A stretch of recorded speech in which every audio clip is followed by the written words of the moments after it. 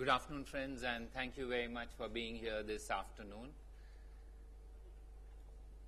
I must confess I have no announcements to make, but that said, I'm sure I don't want to disappoint you if you have any questions to ask, and I will be willing to answer all questions. So let's start with, yes, Manish?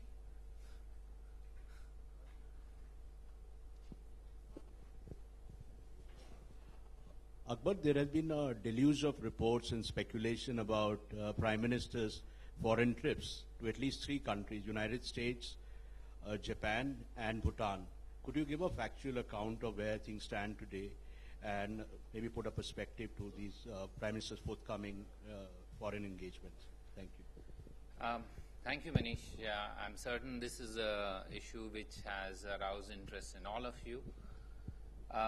Maybe we need to start by saying that since the announcement of the election results in May, there has been an enormous amount of interest among a variety of leaders across the globe to meet our new political leadership.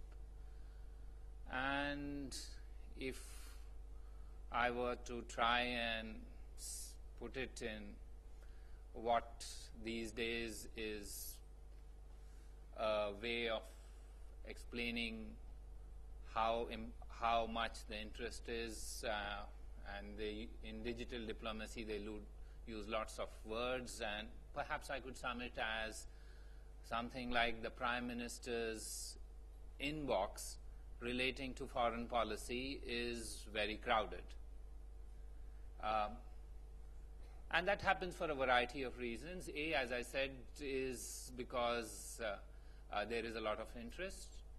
B, also because there are, during the rest of the year, several multilateral, plurilateral meetings which generally the Indian leadership participates in. Let me start by trying to give that, and then we come to the bilateral part. There is a BRICS summit that usually our leaders participate in. That's in July. There is the United Nations General Assembly, where there have been often instances of our leaders participating at the highest level. That's in September.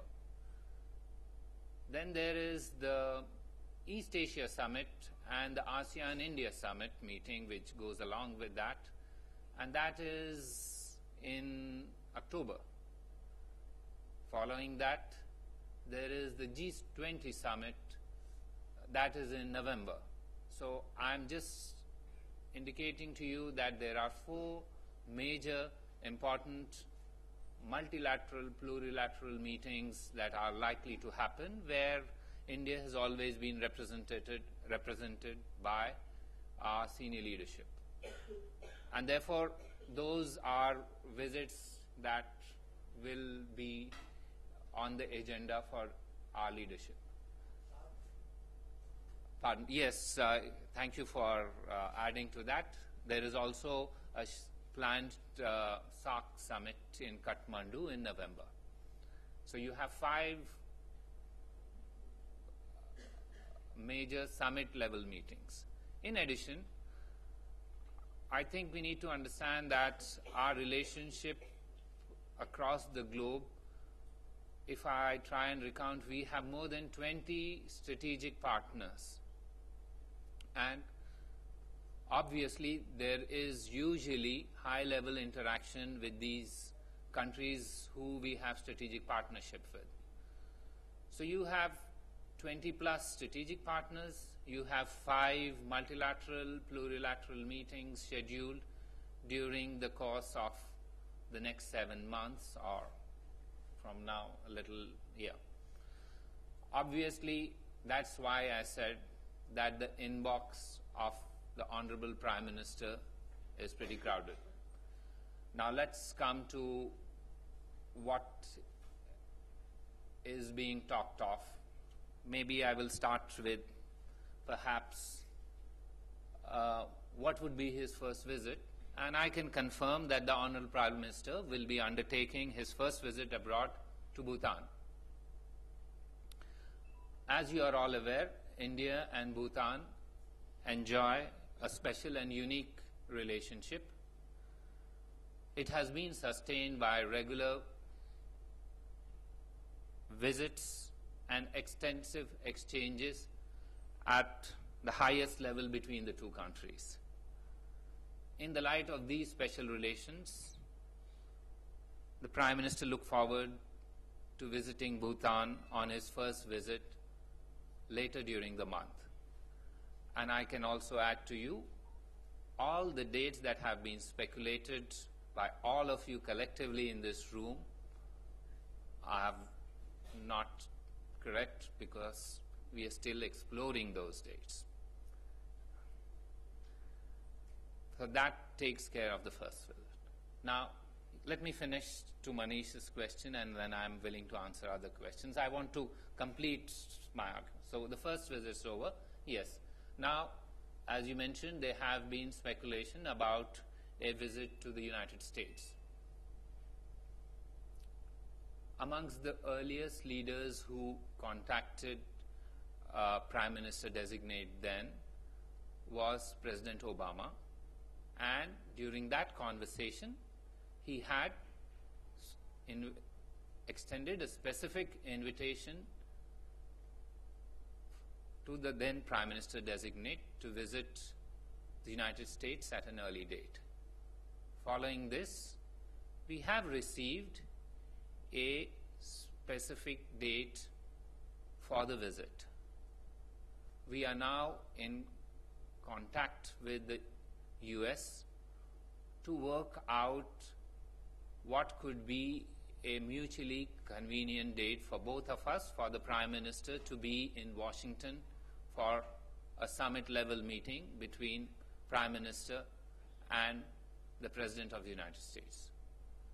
And therefore, I can't share with you a specific date. If you would like to know, like I said, in the case of Bhutan, that date is likely to be in the month of September. Pardon? No. As I said, let me repeat. As I said, for Bhutan, I gave you a month. That was June. In the case of the United States, I would like to give you a month, and that's September. I said that the Prime Minister will be visiting United States in Washington. Now, I've already told you that it is normal for our leadership to also participate in the United Nations General Assembly, and I've given you the month in which he's likely to participate there. There is a climate change summit that is to be organized at the United Nations headquarters, and that is a major event in the UN calendar.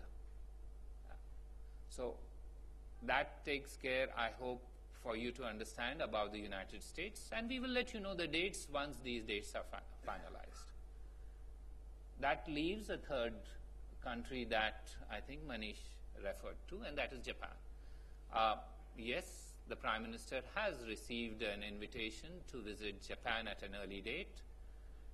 Subsequently, the Japanese Foreign Minister was also in touch with the External Affairs Minister, and we are working very closely with our Japanese counterparts to work out an early date as was requested by them.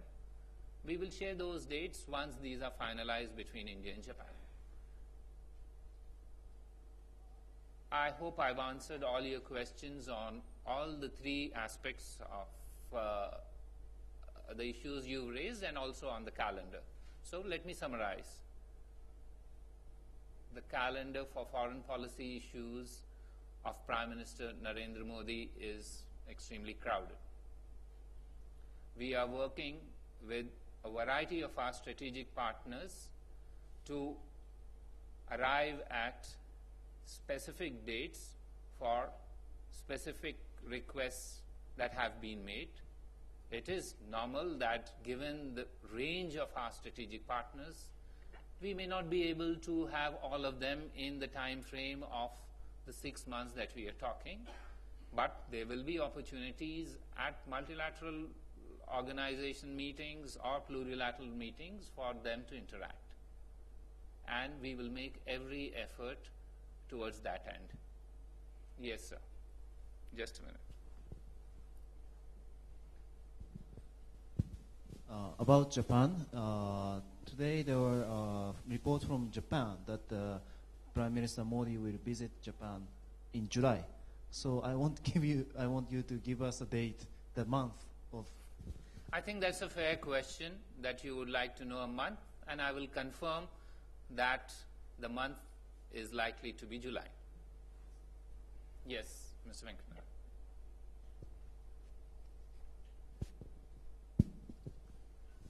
What are the chances of the Prime Minister dropping by in Tokyo, either on his way to Brazil or on the way back? Thanks. I think I've already reached the limit of my ability to share substantive information with you in terms of the month. Now, whether it is on the way forward or on the way back or before or after, I think you will give me that time and space to and another occasion to tell you that good news then. Anybody else on these 3 visits? Just.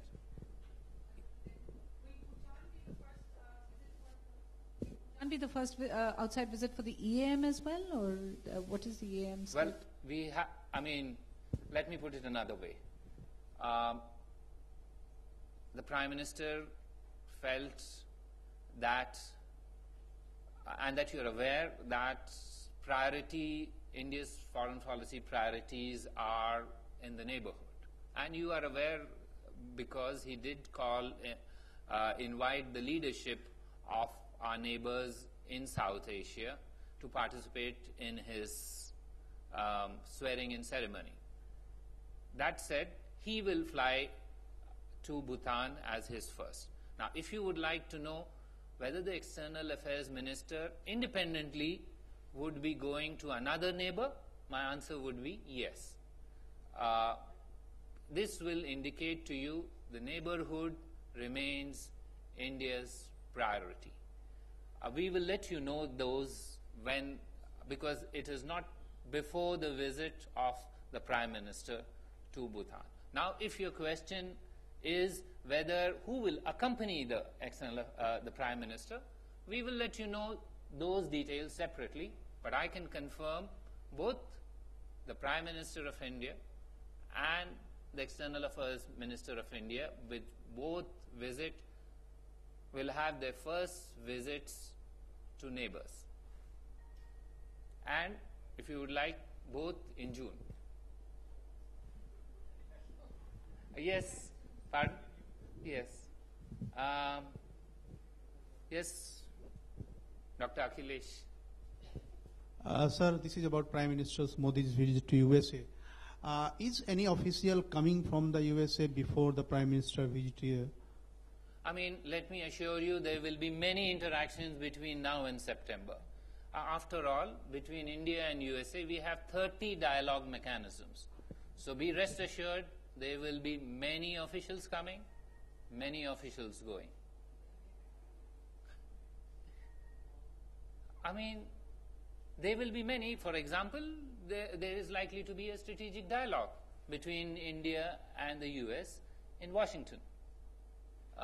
We will work out the dates with the US authorities, unlike those speculative stories which have come out today saying that the strategic dialogue is going to be held in India, and according to those stories that it was the US who had requested. When I checked up with my colleagues, this was the first they had heard. So please do not indulge in speculative basis of stories which have no basis in reality. The strategic dialogue normally has to be held by turns. Last time, as you are aware, Secretary Kerry was in India, in Delhi. And this time, the strategic dialogue will be held in Washington. And of course, it will be prior to the proposed interaction that we are exploring in September. Yes, Seema? Akbar, can you tell us something about the forthcoming visit of the Chinese foreign minister? What I did not announce that because we have made the announcement Could you give us a on little that. bit of- I mean, our understanding is that he comes as a special envoy of the President of China to engage with our leadership, and we will take it from there. So we would be in a listening mode to engage and see. After all, diplomacy, the essence of diplomacy is engagement. And we welcome the visit of the Chinese foreign minister.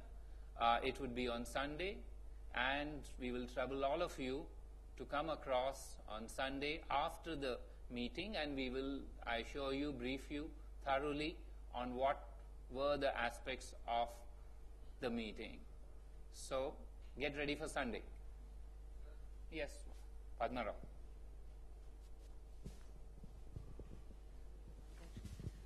Akbar, since you know a bit about the inbox of the Prime Minister, could you tell me whether there's been an invitation to visit from the European Union, which also happens to have a strategic partnership? I only know, first let me clarify about that the inbox being crowded on foreign policy matters. On other issues, no. So let's be specific.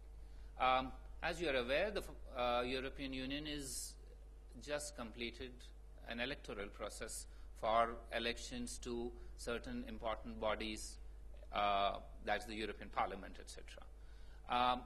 At this stage, I offhand cannot recollect whether there is a new invitation, but as you are aware, it is India's chance to engage with the EU in EU, because last year we couldn't have the meeting. You are also aware that there are issues on that, and those issues remain on the table. Sorry, in Germany? Pardon? And Germany specifically? I mean, Invitation or some sort of I mean, between in, I will need to check up specifically. Sure. Just one by one. Okay. Yes, Gautam.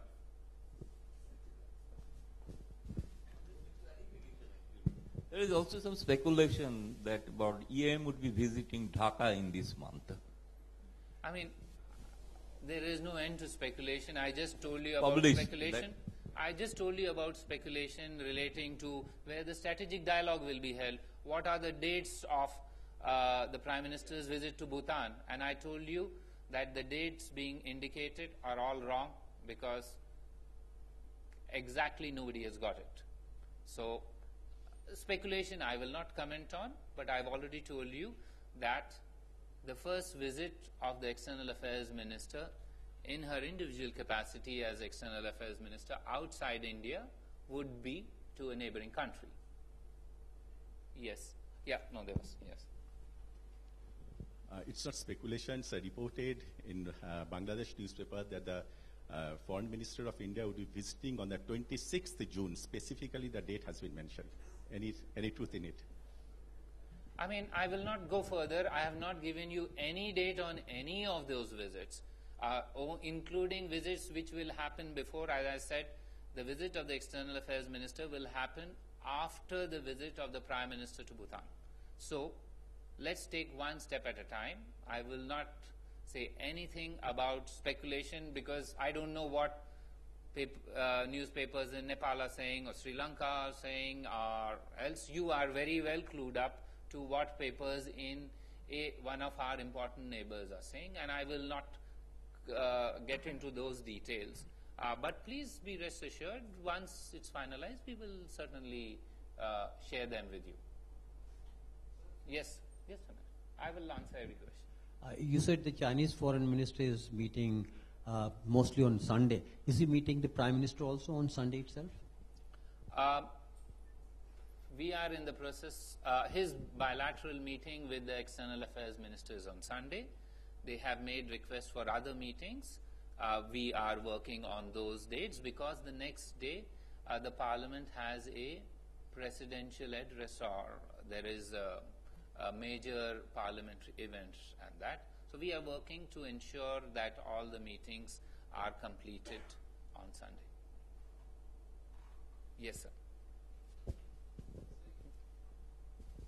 So this UNGA meet becomes an opportunity again for the Prime Minister of India to have a meeting with the Prime Minister of Pakistan. Generally, the trend. So before that, India and Pakistan had decided, the two foreign secretaries would meet. Any dates decided when the foreign secretary is visiting Pakistan or the Pakistani foreign secretary, as a preparatory this thing. I think that's a valid question to ask, but I think you interpreted what Foreign Secretary said slightly differently. If I could recollect what she said that it was agreed that both the foreign secretaries will remain in touch. You could please try and recollect what she said. So, and she also explained what that would mean. It's available on the record. We will, of course, between now and September, there is much time. We will keep you informed of how those developments take place and how they keep in touch. Yes, sir. The Prime Minister's visit to Bhutan, and before his visit to Japan, is there any other place where Prime Minister would be visiting before Japan? And I already explained that already this is a very crowded inbox. Now you are adding to that. I mean, no. And so how important you see his visit to Japan? One question, I've answered your question, please. Next.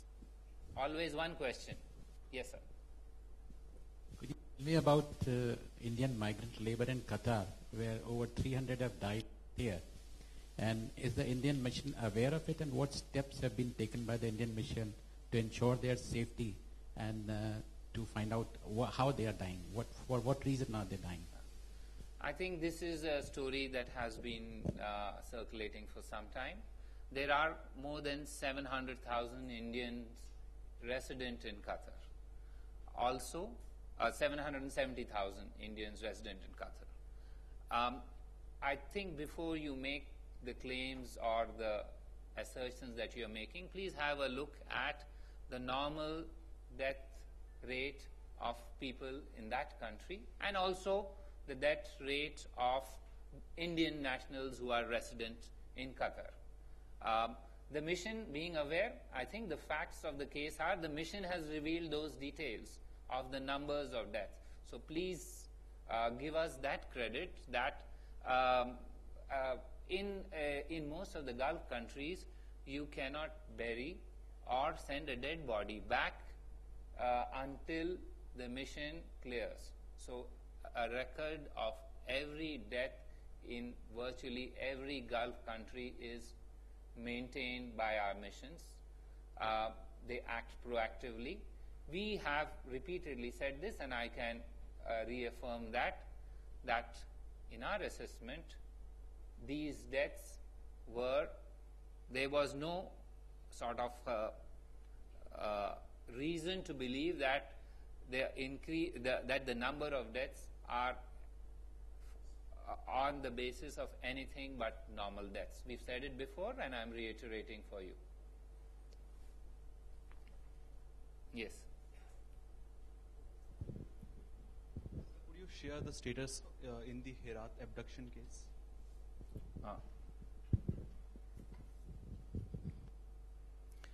Yes, our understanding is that the Afghan authorities have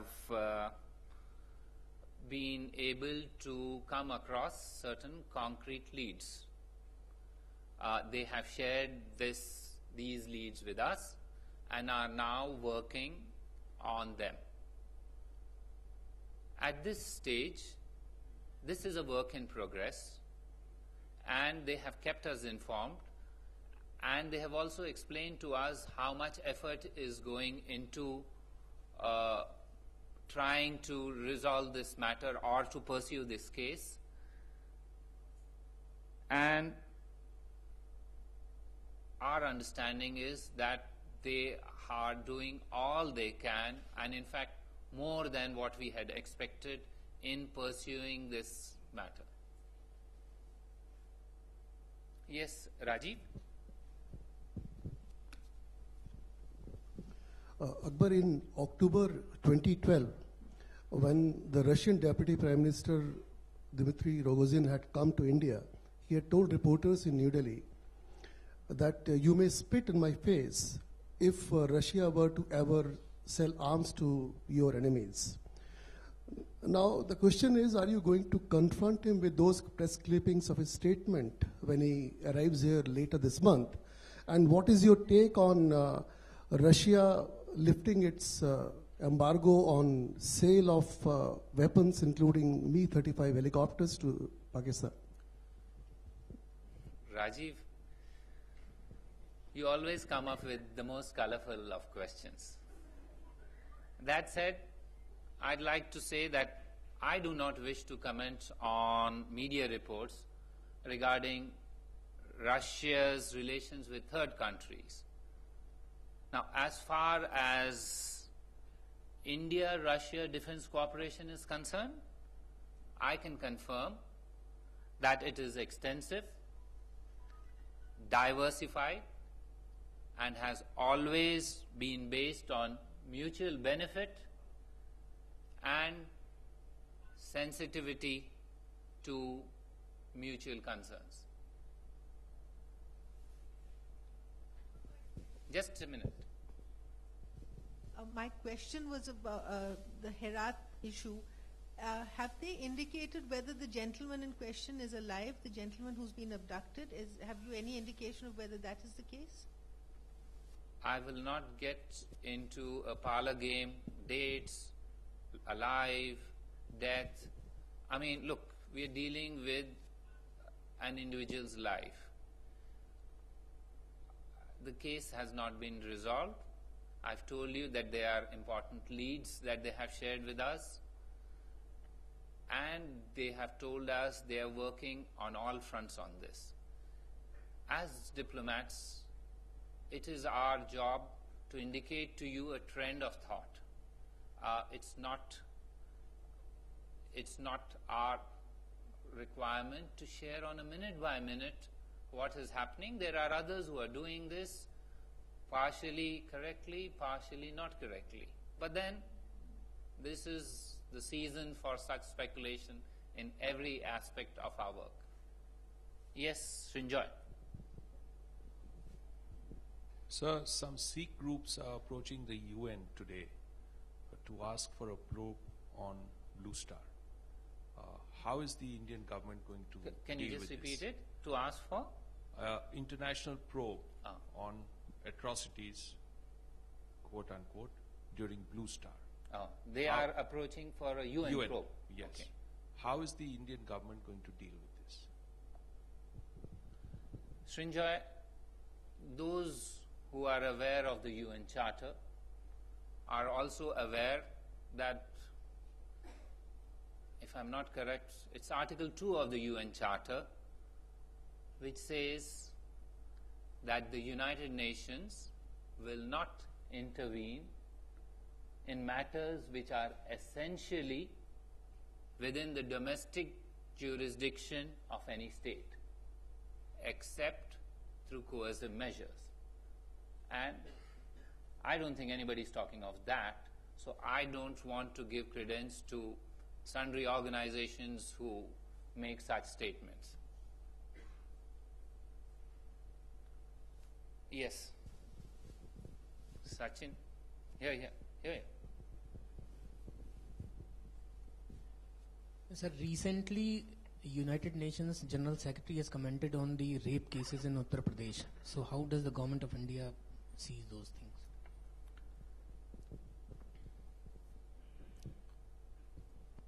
Well, let me start by saying that it is not India's case that we are a perfect society. However, it is our view that as a society we have internal self-correction mechanisms in place. Now, as regards the rape case in Badaयूं, obviously this was a repugnant act, and we have no hesitation in condemning it. Numerous right-thinking Indians from every section and every walk of Indian society, including across the political spectrum, have already strongly and vehemently voiced their views on this repugnant happening.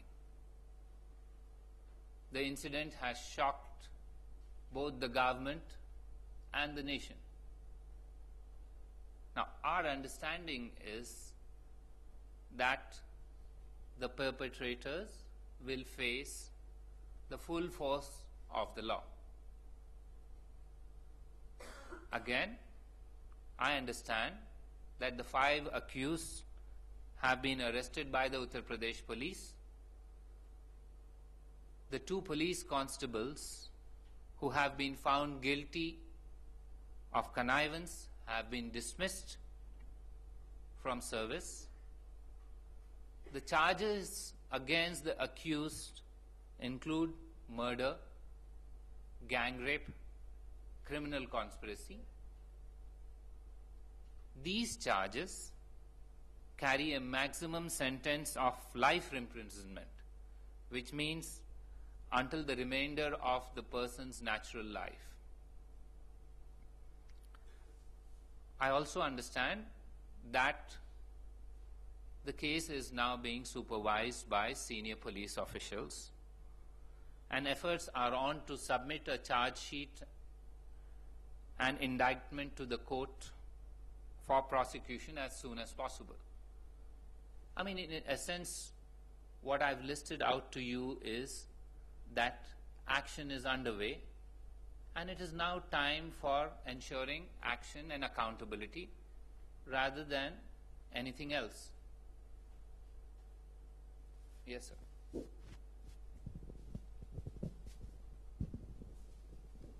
Can you give me some detail on the number of students being evacuated by MEA from this East Ukraine city, the SARC country students? Oh, yeah. How many students and how long it will continue? Yeah. Well, we had issued an advisory some days ago that all Indian students in Lugansk should leave. Following that, we had sent 2 of our officials from Kiev to Lugansk to arrange for the departure and smooth move of approximately 1,000 Indian students who were studying largely from the medical college is there, to come to Kiev and proceed to their respective homes in India.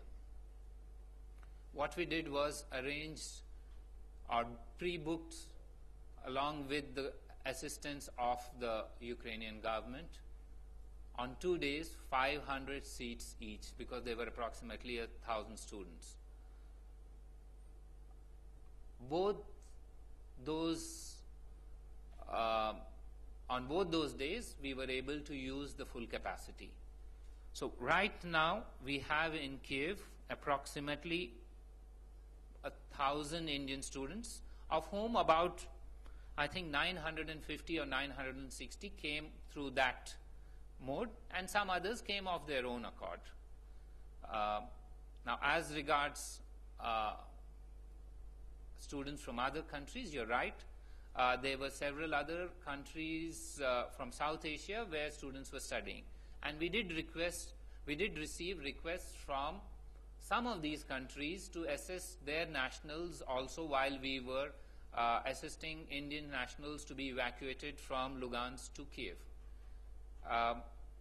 The numbers are, for your information, Maldives 16, Bangladesh 15, Pakistan 8, Sri Lanka 4, and Nepal 3. In addition, there were also 2 British nationals of Indian origin.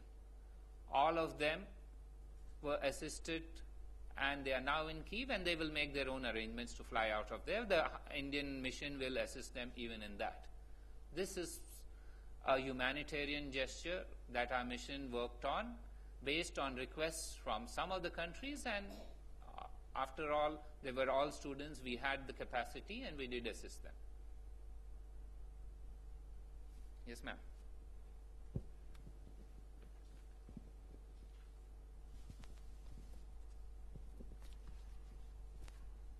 My question is about the multilateral summits that are scheduled for later this year. Is the IPSA summit among them? Is it likely to be held this year? There is a talk of Brazil being the host for both the BRICS and the IPSA.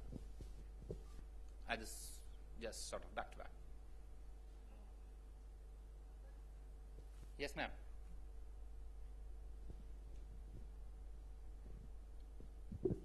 Yes, Parul. Nisha Biswal is in town. Has she already held her meetings? Who all is she going to be meeting? And what have been the discussions like if the meetings have already been held? First of all, she's not in town yet. So there can't be any meetings. Well, let me try and say that she's coming as part of an ongoing engagement that she has with her counterpart, who is Joint Secretary Americas, Mr. Vikram Doraiswamy. This is not the first time they've met. She came here in March. Mr. Doraiswamy went to Washington in late April, early May, and she is coming tonight. Therefore, the meetings can't be held today. But this is part of ongoing official level engagement between the two contact persons who handle an extremely important relationship, both for us and for them. Yes, Ranjit and then Ranjit.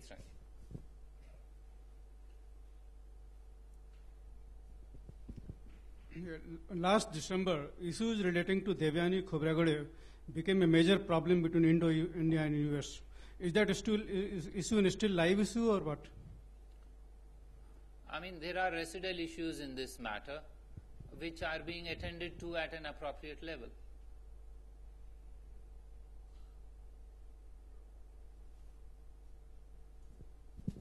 What I heard, the French foreign minister is coming to India to upgrade the fighter aircraft Rafale sale purchase. The Ministry of External Affairs doesn't deal with fighter aircraft. So I can't answer that question. But yes, there are several other foreign ministers also likely to come prior to that also. So yes, the foreign minister of France is likely to come in June, latter half of June. Yes, sir. Sir, this is follow-up to Rajiv's question. This is now clear that Russians are in touch with Pakistan to sell their Mi-35 helicopters to Pakistan. Is that not a matter of concern for you, since Russia is the largest exporter of arms to India, that they would be selling their military hardware to our immediate neighborhood? I think I've answered that question in the first point that I made. Is that a matter of concern for India? I've already answered that question, that we do not comment on media reports of Russia's relations with third countries. Sir, as a goodwill gesture, India had released Pakistani prisoners on May 30th. So after Pakistan had said there are around 25 prisoners from that country who are languishing in Indian jails and who had completed their prison terms. So would you like to comment on? Let me confirm to you that there are no Pakistani prisoners in Indian jails who have completed their sentence and whose nationality has been confirmed. So those who are in Indian jails from Pakistan as of now are those whose nationality either has not been confirmed by Pakistan or who have not completed their judicial sentence. I hope that's very clear. Yes, Naz.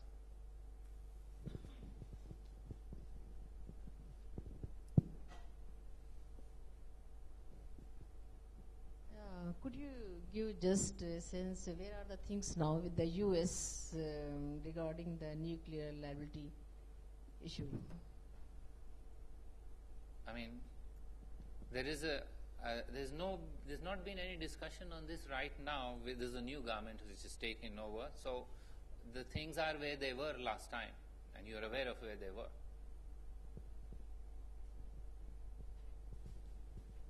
Anyone? Yes. Yes, sir.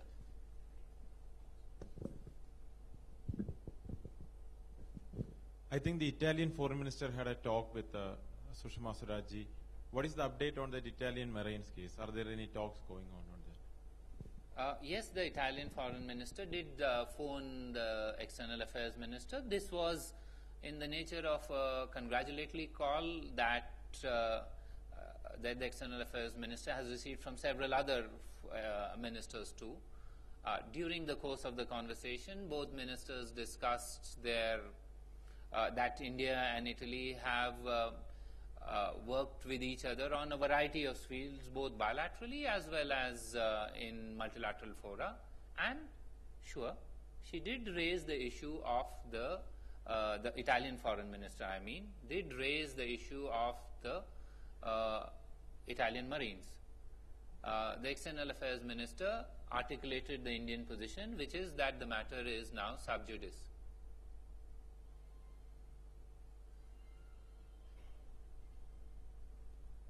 Anyone else? Thank you very much.